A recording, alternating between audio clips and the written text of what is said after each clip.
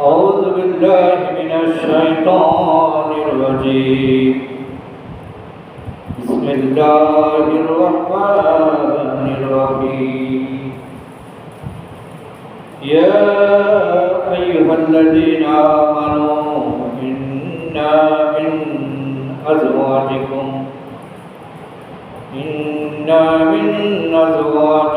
وأولادكم عدوا لكم فاحذروهم وإن تعفوا وتصفحوا وتغفروا فإن الله غفور رحيم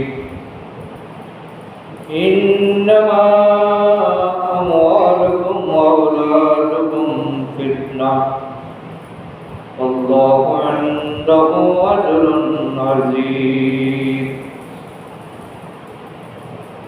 আলহামদুলিল্লাহ আমরা আল্লাহ তাআলার শুকরিয়া আদায় করি। আল্লাহ সুবহানাহু ওয়া তাআলা আমাদেরকে যথারীতি সালাতুল জুমা আদায়ের উদ্দেশ্যে আজকে সবার আগে আমাদেরকে মসজিদে হাজির হওয়ার সুযোগ দিয়েছেন। আল্লাহ তাআলা আমাদেরকে কবুল করেছেন। আমরা সবাই বলি আলহামদুলিল্লাহ। আমি সূরা তাগাবুনের 14 নম্বর আয়াত গত জুমায় আলোচনা করেছি। আল্লাহ তাআলা এই আয়াতে ঘোষণা করছেন ঈমানদারদেরকে উদ্দেশ্য করে যে আমাদের স্ত্রী, স্বামী এবং সন্তান সন্ততিদের মধ্য থেকে কেউ কেউ শত্রু, অতএব তাদের সম্পর্কে তোমরা সতর্ক থেকো।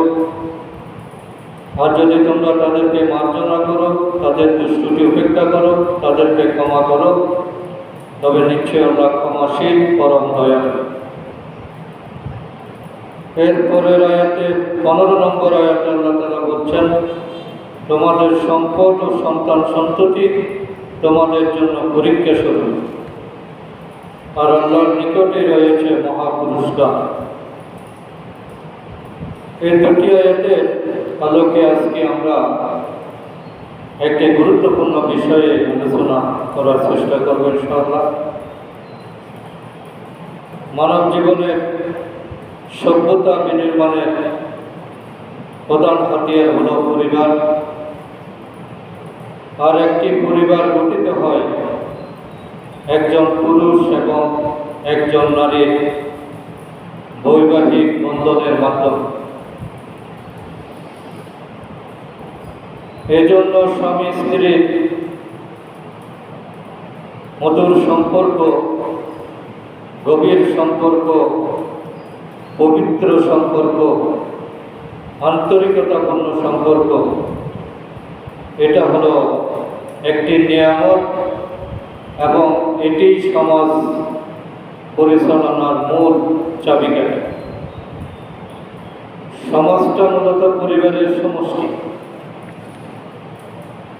এজন্য ইসলামী জীবন ব্যবস্থায় বৈবাহিক সম্পর্ক, দাম্পত্য জীবন এটাকে অত্যন্ত গুরুত্ব দেওয়া হয়েছে।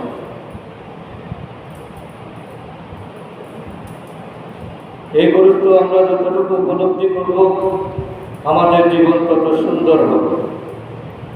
কিন্তু আমরা অত্যন্ত দুঃখের সাথে লক্ষ্য করছি আমাদের জন্য খুবই আশঙ্কার বিষয়, বেদনার বিষয়, আফসোসের বিষয় যে 90% মুসলমানের এই দেশে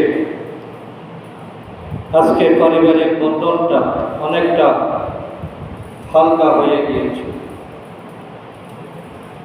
একটি পরিসংখ্যান প্রমাণ করছে যে আজকে বাংলাদেশে যে পরিমাণ বিয়ে হয়, একই পরিমাণ ডিভোর্সের সংখ্যাও মোটে কম নয়। একটি সংসারের ডিভোর্স হওয়া মানে শুধু দুটি জীবনের বিচ্ছেদ নয়, বরং এটি ভেঙে দেয় একটি পরিবারের স্থায়ী শান্তি। আর সেই পরিবারে যদি শিশু পুত্র থাকে, শিশুর ভবিষ্যৎটা নষ্ট হয়ে যাবে, সমাজের ভারসাম্যটা নষ্ট হয়ে যাবে। বিগত 9 মাসে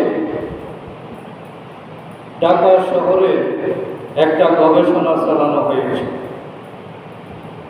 সেই গবেষণার ফলাফল হচ্ছে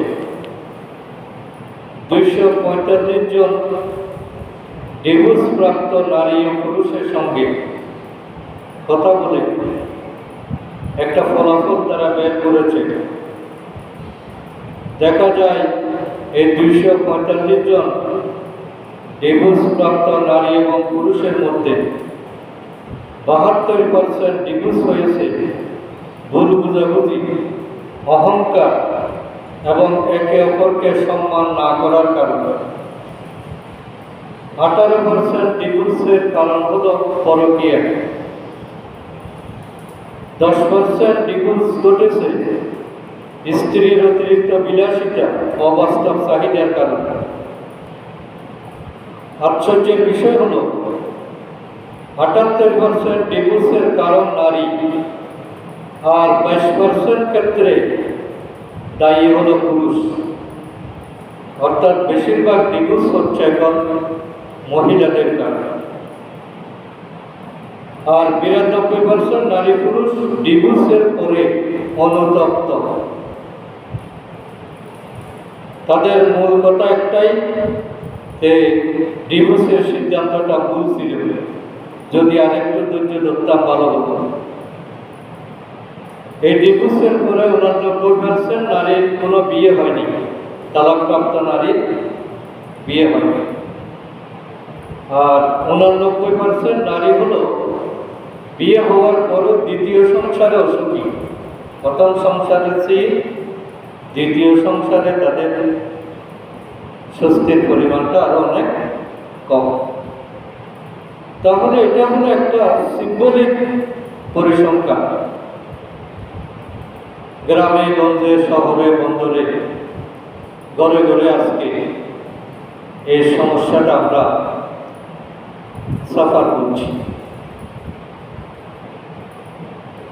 একটি আদর্শ পরিবার যেখানে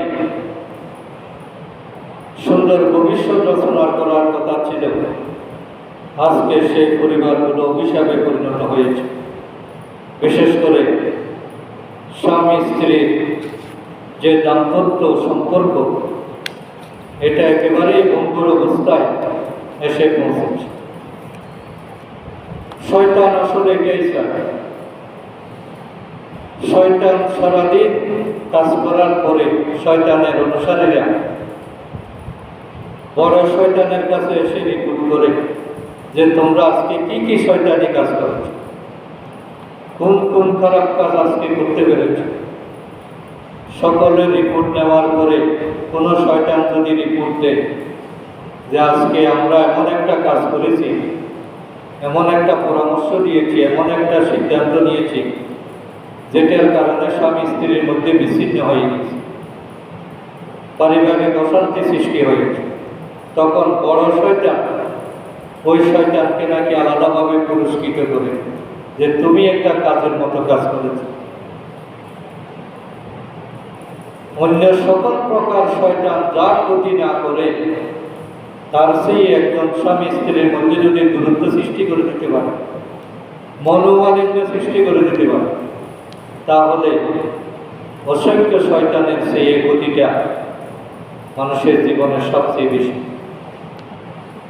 আজকে পাশ্চাত্য জগৎ তার সাক্ষী, সব জায়গায় তাদের কোনো স্থিতিশীলতা নাই, এবং পরিবার কথা কিভাবে বিলুপ্ত করা যায় সেটা তারা ক্যাম্পেইন করে, লিভ টুগেদারের কথা বলে,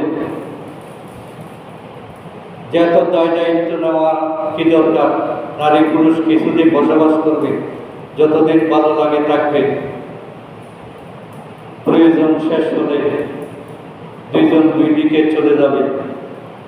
বিবাহ এটা আবার কি, সারা জীবন এক জায়গায় বন্দী হয়ে থাকা, এটাকে তারা অপমান মনে করছে, কষ্টকর মনে করছে, এবং তারা মনে করছে যে পরিবার এটা হলো অপ্রয়োজনীয় একটা ইউনিট, কিন্তু আসলে পরিবার কথা যদি বিলুপ্ত হয় আমরা অনেকগুলো অসুবিধার সম্মুখীন হই।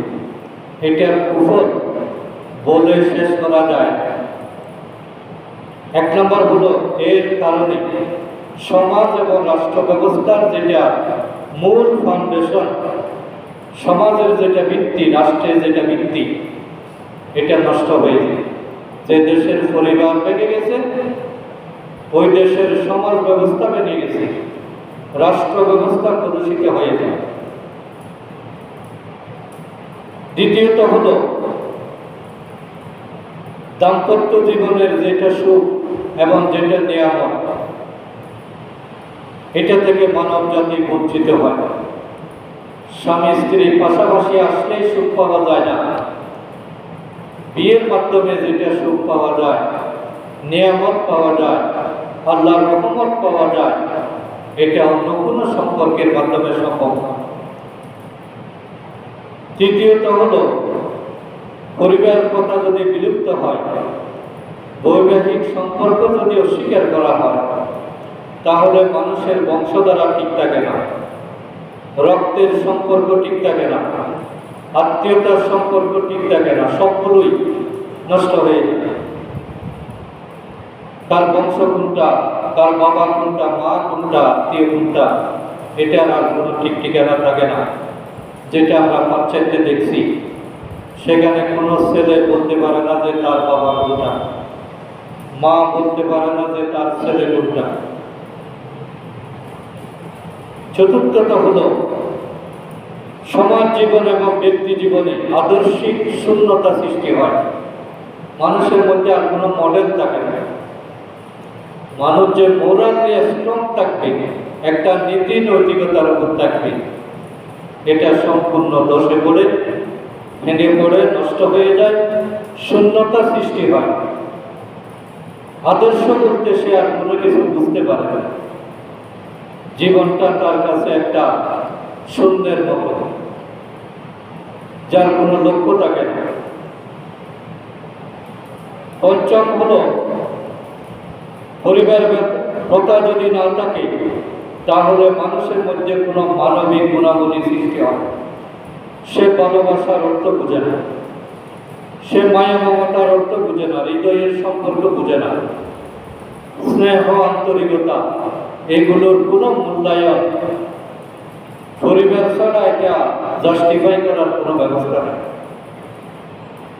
পরিবার বাদ দিয়ে মানুষ যেটা নেকি ভালোবাসা দেখায়, এটা হলো কাগজের ফুলের কথা। যে ফুল বাহির থেকে দেখতে সুন্দর, কিন্তু এর কোনো সৌরভ নাই, এর কোনো সুগন্ধ নাই, এটা দিয়ে কেউ কোনো পরিতৃপ্ত হতে পারে না। এই জন্য পরিবারবিহীন জীবন আসলে কাগজের ফুল। ভালোবাসার অভিনয় হবে, কিন্তু প্রকৃত ভালোবাসা থাকবে না। আন্তরিকতার অভিনয় চলবে, নাটক চলবে, কিন্তু রিয়েল আন্তরিকতা, হৃদয়ের টান, এটা সেখানে থাকে। পরিবারে যদি না থাকে, তাহলে মানব বংশের যেটা ধারাবাহিকতা, মানুষের সেক্সুয়াল লাইফের যেটা ধারাবাহিকতা, এটা মধ্যে কোনো শৃঙ্খলা থাকে না। তখন মানুষ হয়ে যায় পশু। পশুর জীবন এবং মনুষ্য জীবন, এর মধ্যে কোনো পার্থক্য খুঁজে পাওয়া যায় না। কারণ পশুদের মধ্যে যৌন জীবনের কোনো স্থায়িত্ব নেই, এখানে বিবাহের কোনো সিস্টেম নেই। কার গর্ভে কে জন্মগ্রহণ করছে, কার দ্বারা কে বংশ বিস্তার হচ্ছে, এটার কোনো ধারাবাহিকতা নেই। তাহলে মানুষও পশুর স্তরে নেমে আসে। পরিবার যদি না থাকে, সন্তান হবে কিন্তু সুসন্তান হবে না। সব হবে যার সন্তান, অবৈধ সন্তান। মানব জাতির জন্য যে সন্তানগুলো কোনো অবদান রাখতে পারবে না, এটা অনেকটা নষ্ট বীজ। নষ্ট বীজ থেকে তো ভালো ফসল আসতে পারে না। এবং এখানে সন্তানের জীবন সেটাও তছনছ হয়ে যায়, তার লালন পালন, তার সুশিক্ষা অর্জন, মায়া মমতা, এটার কোনো ঠিক ঠিকানা থাকে না। পারিবারিক ব্যবস্থা না থাকলে, বৈবাহিক বন্ধন না থাকলে নারীদের যেটা সম্মান, মর্যাদা, নিরাপত্তা, স্বাধীনতা, স্বকীয়তা, এটা কোনো কিছুই থাকে না। নারীরা হয়ে যায় পণ্য, তাদেরকে মানুষ ইচ্ছে মতো কাজে লাগায়, কিন্তু তার আলাদা কোনো গুরুত্ব সমাজে, রাষ্ট্রে পাওয়া যায়। সে হয় সবচেয়ে নিগৃহীত, অপমানিত, এবং তার থেকে শুধু স্বার্থ আদায় করা হয়। কিন্তু তাকে পরিবারিক বন্ধনের মাধ্যমে যেটা স্ত্রীর মর্যাদা, যেটা মায়ের মর্যাদা, মেয়ের মর্যাদা, এটা পাওয়া যায়। অর্থাৎ মর্যাদার দিক দিয়ে তারা সম্পূর্ণ শূন্য হয়ে যায়। পারিবারিক ব্যবস্থা যদি একটা সমাজে চালু না থাকে, তাহলে যেটা হয়, মানুষ যখন উচ্ছৃঙ্খলতার দিকে চলে যায়, অনৈতিক জীবন যাপন করে, যৌন জীবনের যখন কোনো ধারাবাহিকতা, শৃঙ্খলা থাকে না, তখন আল্লাহ তাআলা আসমানি গজব নাযিল করে। এমন এমন ব্যাধি, এমন এমন অসুখ আসে যেগুলো মানুষে কখনো দেখে না, এবং যেগুলোর কোনো চিকিৎসা নেই। দুরারোগ্য ব্যাধি, এগুলোর কোনো চিকিৎসায় আর ভালো হতে পারে না, নিশ্চিত মৃত্যু, এটাই হলো তার শেষ পর্যন্ত।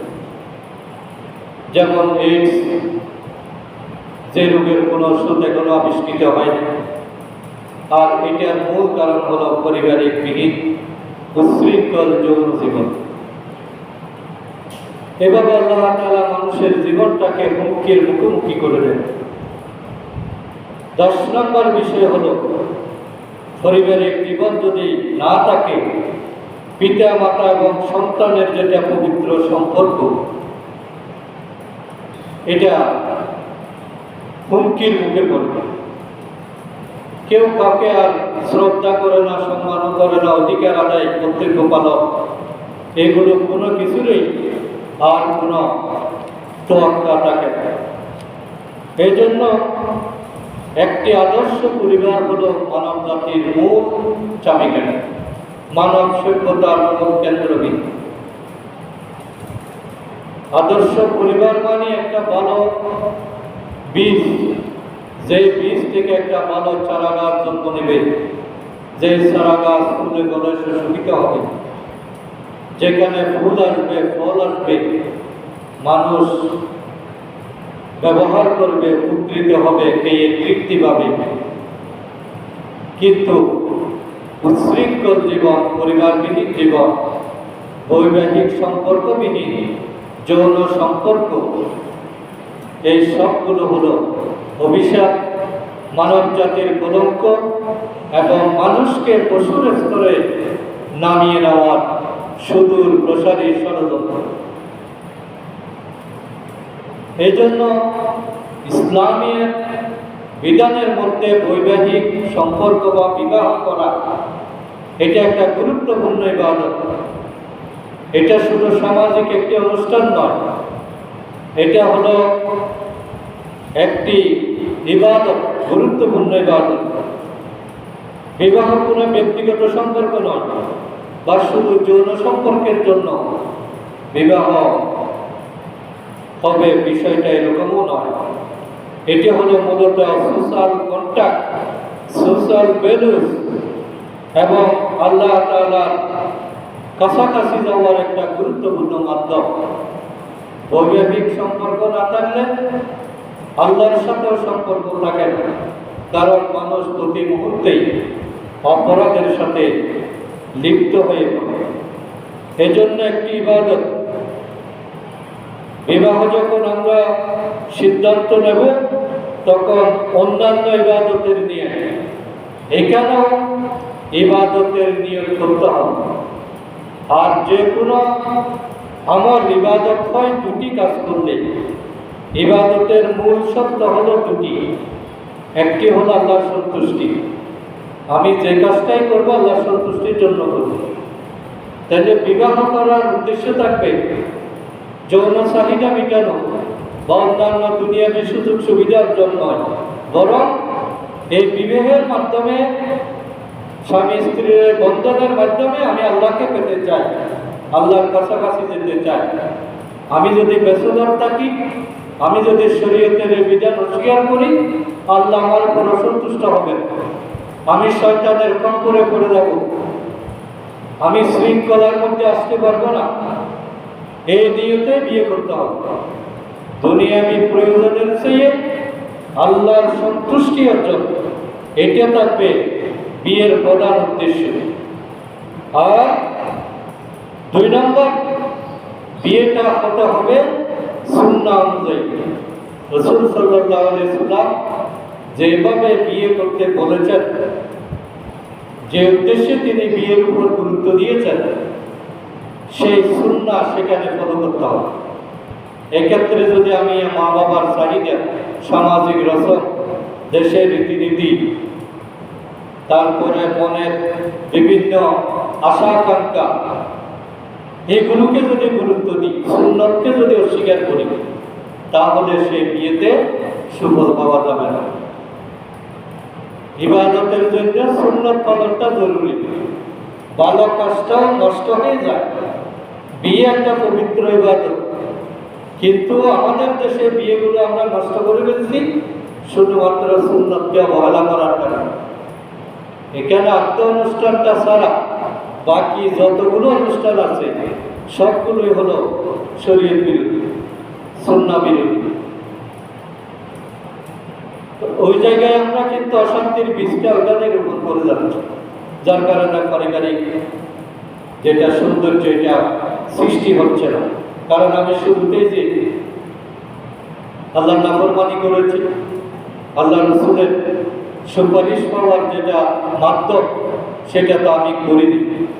এই জন্য বিয়ের যে মৌলিক শর্ত, কিছু বিষয় আছে একান্তই ফরজ, এগুলো না হলে বিয়ে হবে না। যেমন নিজাম, কবুল, সাক্ষী, মহারণা। মহারণাটা ওয়াজিব, ফরজের মতোই, কিন্তু 3টা হলো অবশ্যই ফরজ। ইজাব, কবুল আর সাক্ষী রাখবেন। ইজাব মানে মেয়ের পক্ষ থেকে সম্মতি। বিয়ের ক্ষেত্রে মেয়ের অগ্রাধিকার, মেয়ের অনুমতিটা আগে দিতে হবে। কোনো মেয়ে যদি অনুমতি না দেয়, জোর করে তাকে বিয়ে দেওয়া যাবে না, এবং দিলেও সেটা শরীয়ত সম্মত বিয়ে হবে না। এই জন্য মেয়ের পক্ষ থেকে সম্মতি আর ছেলের পক্ষ থেকে কবুল বলার ঘোষণা। ছেলে যে কবুল বলছে এটা আশেপাশে শুনতে হবে। কমপক্ষে ইজাব এবং কবুলের 2 জন সাক্ষী থাকতে হবে। এই 3টা শর্ত কোনো একটা যদি পাওয়া না যায়, গোপনে কেউ বিয়ে করে ফেললো, কেউ শুনলো না, কোর্ট ম্যারেজ করলো, সাক্ষী নেওয়া হয়নি, তাহলে এগুলো আইনগত দৃষ্টিতে হলেও শরীয়তের দৃষ্টিতে বিয়ে কার্যকরী হবে না। তার সারা জীবনটা হয়ে যাবে বিবাহ বহির্ভূত জীবন। এরপরে যুক্তিসঙ্গত দেনমোহর, মহারণা যেটা আমরা বলি, এটা হবে উভয় পক্ষের সুবিধা মতো। দেনমোহরটা যেহেতু ছেলে পক্ষের উপর, সুতরাং তার সামর্থ্য অনুযায়ী সেটা ধরতে হবে। ছাপিয়ে দিলে সে যদি সেটা আদায় করতে না পারে, তাহলে সে আজীবন গুনাহগার থেকে যাবে। এবং কোনো পুরুষ যদি দেনমোহর আদায় না করার নিয়তে বিয়ে করে, যে ধরছে আর কি, এগুলো দিতে হয়, দিতে হয়, এটা যদি মনে করে, এটাকে নিয়ে যদি সে হালকা পাবে, তাহলে বিয়ে হবে না, তার বিয়ে ভেঙে যাবে। এই জন্য দেনমোহরের ব্যাপারে সুস্পষ্টভাবে জ্ঞান অর্জন করা এটা জরুরি। এটাকে যাতে খরচ মনে করা হয়, উচিত হলো মেয়ের শরীরে স্পর্শ করার আগেই দেনমোহর মূল্যে আদায় করা। আমাদের দেশে বাকি রাখার সিস্টেম আছে, তবে বাকিটা যাতে জনম বাকি না হয়। আবার অনেকে চালাকি করে এটা মাপ দিয়ে নেয়। মেয়েরা প্রথম প্রথম তো এগুলো বুঝে না, হ্যাঁ বলে যে আমি মাপ দিয়ে দিলাম। আসলে এরকম চালাকি করে মাপ দিলেও মাপ হবে না, কারণ আল্লাহ তাআলার সাথে কোনো চালাকি চলে না।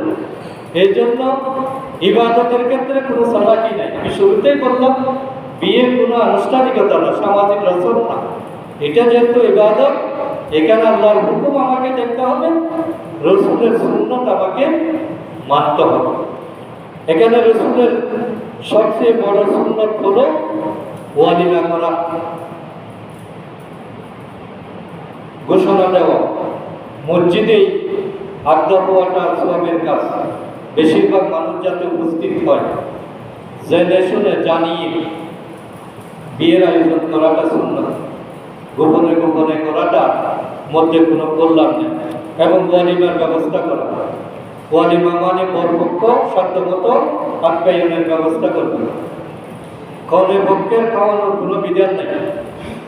এটা আমরা যেটা চালু করছি বইরা, হ্যাঁ এটা হলো চরম একটা ডাকাতি, একটা গুনার কাজ। পুরা বিয়ের বরকতটা আমরা নষ্ট করে ফেলছি শুধু কনের বাড়িতে গিয়ে খেয়ে দিয়ে তাকে কষ্ট দেওয়ার কারণে। অনেকে বলে সে খুশিতে খাওয়াচ্ছে, মেয়ের বাবা আমাদেরকে খুশিতে খাওয়াচ্ছে। এ কথা কিন্তু আসলে সঠিক নয়। এটা আমরা নিজের খারাপ কাজটাকে জাস্টিফাই করার জন্য এটা বলি।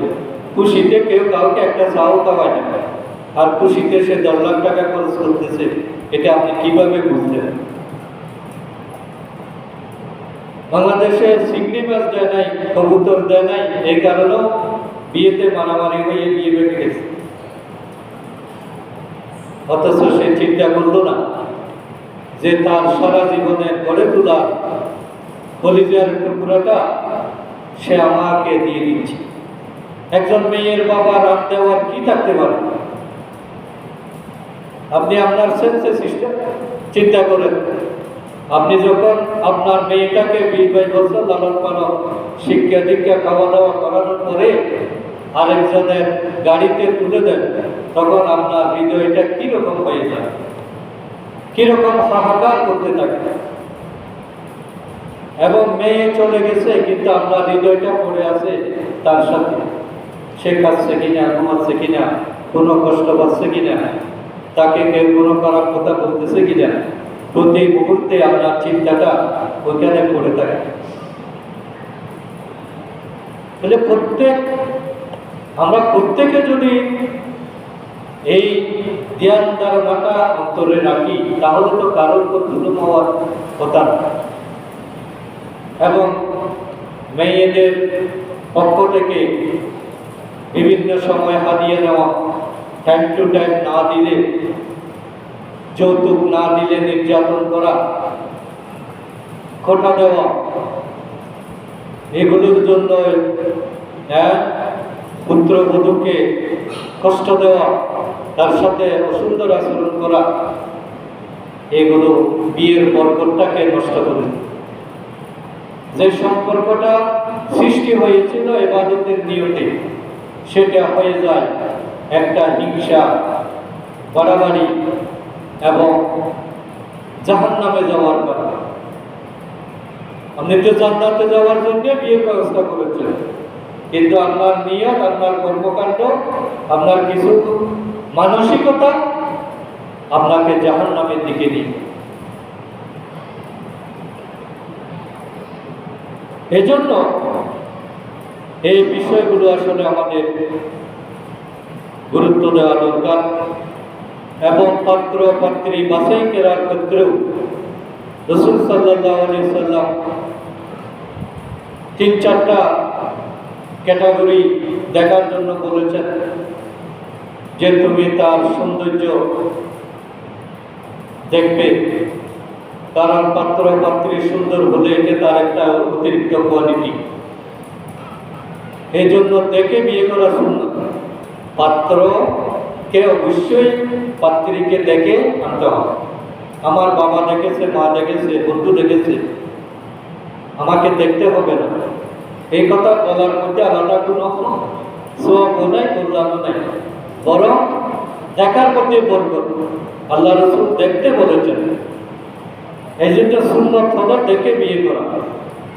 আবার দেখে বিয়ে করা বলতে আমাদের দেশে যেটা হয়, 1 বছর আগে থেকে এই কথাবার্তা চলে, জানাশোনা চলে, মোবাইলে সেটিং চলে, তারপর 1 বছর পরে বিয়ে করে, এইরকম দেখার জন্য বলা হয়নি। এটা হলো বিয়ের সিদ্ধান্ত নিলাম, এরপরে প্রস্তাব আসলো, বিয়ের উদ্দেশ্যে দেখা। এমনি দেখা যায় নাই যে আমি অন্তত পক্ষে 20-50টা দেখবো, এরপর একটা করবো। আর কিছু মেয়ে আছে মা নেই, বিয়ে দিবে না, শুধু দেখায় টাকা ইনকাম করার জন্য, যে একবার দেখতে আসলে 5,000 টাকা দেবে, আংটি দেবে, এই জন্য দেখানোর ব্যবস্থা করা। এইগুলো কিন্তু খুবই শয়তানি চিন্তা ভাবনা। এই জন্য বিয়ের প্রয়োজনে পাত্র পাত্রীকে দেখতে হবে, দেখা, সৌন্দর্য অবলোকন করা, চয়েস করা, এটা বলা হয়। এরপরে তার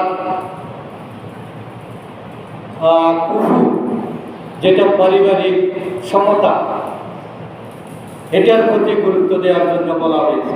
কারণ ভিন্ন জগতের দুইজন মানুষ যদি বংশ দ্বারা বেশি পার্থক্য হয়, ভিন্ন সংস্কৃতির হয়, ভিন্ন বসবাসী হয়, তাহলে মিল মহব্বত হওয়ার ক্ষেত্রে সমস্যা হতে পারে। এই জন্য কাছাকাছি যতটুকু মিলানো যায়, 14 প্রকার রক্তের সম্পর্ক ছাড়া বাকি সমস্ত মেয়েদের সাথে বিয়ে যায়। যে 14 প্রকার তালিকা কোরআনে দেওয়া আছে, এর বাইরে অন্যান্য মেয়েদেরকে দিয়ে দেখে এবং বংশগত মিল রেখে বিয়ে করার মধ্যে গুরুত্ব বেশি। তবে সবচেয়ে বেশি আল্লাহ রাসূল যেটা গুরুত্ব দিয়েছেন সেটা হলো দ্বীনি চরিত্র। মেয়েটা বা ছেলেটা দিনদার কিনা, পরেজগার কিনা, নামাজি কিনা, কোরআন পড়তে জানে কিনা, পর্দা খুশিটা মানে কিনা, হালাল হারাম পার্থক্য বুঝে কিনা। শুধু বিল্ডিং দেখে দিয়ে দিলাম, চাকরির অ্যামাউন্ট দেখে দিয়ে দিলাম, এটা আসলে সংসার সুখের হয় না। এজন্য দ্বীনি চরিত্র হলো ভালো বীজ, এটা ইনপুট, যেখান থেকে ভালো ফসল পাওয়া যাবে। পাত্রপাত্রী নির্বাচনের ক্ষেত্রে দ্বীনি চরিত্রকে সবার উপরে স্থান দিতে হবে। এটাকে একমাত্র প্রধান গুণ হিসেবে দিতে হবে। সৌন্দর্য, সুন্দর বা সুন্দরী, এটা সাময়িক। মানুষ যতই সুন্দর হোক, কত বছর সুন্দর থাকে, এই 10-15 বিয়ের পরে 15-20 বছর, এরপরে কি আর সৌন্দর্য সবাই সমান হয়ে যায়? কিন্তু গুণটা থাকে তো আজীবন, এবং গুণটা যত পুরানো হয় তত বাড়ে। মানুষ যত বয়স্ক হয়, গুণী মানুষ হলে ওই গুণী মানুষের গুণটা তত বেশি ফুটে উঠে। সৌন্দর্য কমতে থাকে কিন্তু গুণটা ফুটে উঠে। এই জন্য গুণের কদর করতে হবে। বাহ্যিক ফিগার বা সৌন্দর্য, এটাকে অগ্রাধিকার দিতে গিয়ে কোনো দিকে খেয়াল না রাখা, মা বাবার কথাকে গুরুত্ব না দেওয়া, অভিভাবকের কথাকে গুরুত্ব না দেওয়া এবং নিজের চয়েস মতো বিয়ে করা, এটা আসলে কপালে দুঃখ ছাড়া আর কিছু থাকে না। একটা সন্তান যদি মা বাবার অসম্মতিতে দাম্পত্য জীবন শুরু করে, ওই সন্তানের জীবনে কখনো সুখ আসতে পারে না, এটা অসম্ভব। কারণ মা বাবা হলো তোমার পীর, মা বাবা হলো তোমার জান্নাত জাহান্নাম, মা বাবা হলো তোমার দোয়া কবুলের ঠিকানা, মা বাবা হলো আল্লাহর কাছে যাওয়ার তোমার টিকিট। তাহলে তুমি সবগুলো নষ্ট করে দিয়ে শুধু নিজের চয়েস মতো একটা মেয়েকে করে নিয়ে আসলে আরো কোনো সম্মতি নাই। আরো বলে যে আমি তাকে না পেলে আমি আত্মহত্যা করব, আমি বাঁচবো না। এগুলো সব শয়তানের ধোঁকা। এবং পরিসংখ্যান বলছে এইরকম যারাই নিজস্ব চয়েসের সম্পর্ক করেছে, মা বাবার মতামত, অভিভাবকদের মতামতকে গুরুত্ব না দিয়েই যারা দাম্পত্য জীবন শুরু করেছে, কিছুদিন পরে হয়তো ডিভোর্স হয়েছে অথবা আত্মহত্যার ঘটনা ঘটেছে। একটা সংসারও সুখের হয় না, কারণ হওয়ার কোনো কথা না। আল্লাহ রাসূলের যেই ভবিষ্যৎবাণী এগুলো তো আর ব্যর্থ হবে না। সুতরাং আমাদেরকে একটি সুন্দর দাম্পত্য জীবন অতিবাহিত করা এটা আসলে অত্যন্ত গুরুত্বপূর্ণ। এবং এই জন্য আল্লাহ তাআলা একটা ঘোষণা দিয়েছেন যে স্বামী স্ত্রীর সম্পর্কটা কিসের মতো। আল্লাহ একটা উদাহরণ দিয়ে বুঝিয়েছেন। আল্লাহ তাআলা বলছেন, হুন্না লিবাসুন লাকুম ওয়া আনতুম লিবাসুন লাহুম, তারা তোমাদের পোশাক এবং তোমরা তাদের পোশাক। হুন্না লিবাসুন, মহিলারা হলো পুরুষদের জন্য লেবাস। আগে মহিলার কথা বলা হয়েছে। হুন্না লিবাসুন লাকুম, মহিলারা হলো পুরুষদের জন্য, তোমাদের জন্য তারা হলো লেবাস, তারা পোশাক। ওয়া আনতুম লিবাসুন লাহুম, এবং তোমরা হলে তাদের জন্য পোশাক। অর্থাৎ নারীরা পুরুষদেরকে আচ্ছাদন করবে।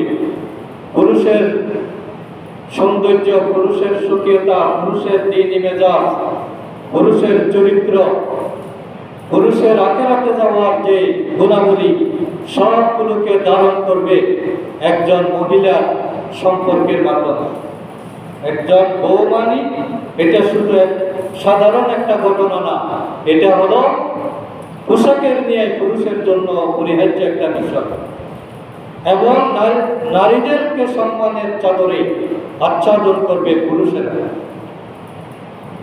মানব বংশের এই বিস্তারটা মূলত এখান থেকে শুরু। স্বামী স্ত্রী হবে একে অপরের পোশাক, পরিপূরক, আবরণ। এদের সম্পর্কটা হবে বোঝাপড়ার সম্পর্ক, সহযোগীর সম্পর্ক, সম্মানের সম্পর্ক, আন্তরিকতার সম্পর্ক, পরামর্শের সম্পর্ক। সিনিয়র জুনিয়র ভাবনা হবে না।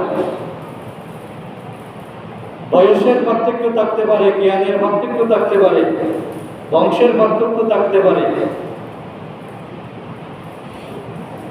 পদবীর পার্থক্য থাকতে পারে, কিন্তু স্বামী স্ত্রী হয়ে যাওয়ার পরে পারিবারিক জীবনে উভয়ের পজিশন হলো সমান সমান।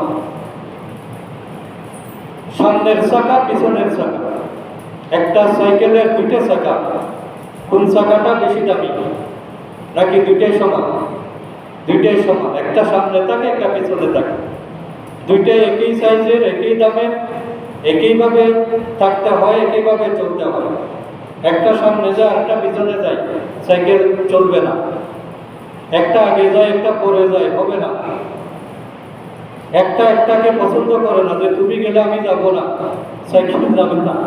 তাহলে জীবনটা হলো দুই চাকার উপর। স্বামী স্ত্রীর সম্পর্কটা মূলত এই দুইটা চাকা দিয়ে শুরু। এবং এখানে কমান্ডিং পজিশন থাকবে স্বামী। আর রিজালু কাওয়ামুনা আলান নিসা, পুরুষ হবে স্ত্রীর উপর কমান্ডার। তিনি কমান্ড করবেন, তিনি পরিবারের কর্তা। যে ফ্যামিলিতে পরিবারের কর্তার কথায় পরিবার চলে না, ওই ফ্যামিলিতে বরকত আসবে না। নারীদের মর্যাদা সমান, কিন্তু সিদ্ধান্ত নেওয়ার বেলায় কোন বৃহত্তর ক্ষেত্রে একজনকে নেতা মানতে হয়, না হলে কোনো সিদ্ধান্ত তো নেওয়া যায় না। এই জন্য পরামর্শ হবে, বোঝাপড়া হবে, মূল্যায়ন থাকবে, কিন্তু সিদ্ধান্ত দিবেন পুরুষ। না হলে ওই পরিবারের শৃঙ্খলা থাকবে না, বরকত থাকবে না। স্বামী স্ত্রী একে অপরের পোশাক বলার অনেকগুলো তাৎপর্য আমি বিশ্লেষণ করে পেয়েছি। যেমন আল্লাহ তাআলা পোশাক বলার কারণ হলো পোশাক একমাত্র মানুষেরই লাগে, অন্য কোনো প্রাণীর জন্য পোশাক নাই। একটা গরুর আলাদা কোনো পোশাক নাই, একটা পাখির, একটা পোকামাকড়, একটা কীটপতঙ্গ, একটা মাছ, অন্য কোনো প্রাণী পোশাক লাগে না, তারা প্রাকৃতিকভাবে পোশাক। কিন্তু একমাত্র মানুষের পোশাক লাগে। এই কারণে অন্যান্য প্রাণীর মধ্যে বিয়ে লাগে না, বিয়ে লাগে শুধুমাত্র মানুষের সমাজে। অন্যান্য প্রাণীর যেমন পোশাক নেই, তাদের বিয়েও নেই। তদ্রূপ মানুষের সমাজে যেহেতু পোশাক লাগে, তাইলে বিয়ে হলো পোশাক। এই জন্য বিয়ে ছাড়া মানুষের জীবন অচল। পোশাকবিহীন শরীর এটা খুবই অসুন্দর এবং বিব্রতকর।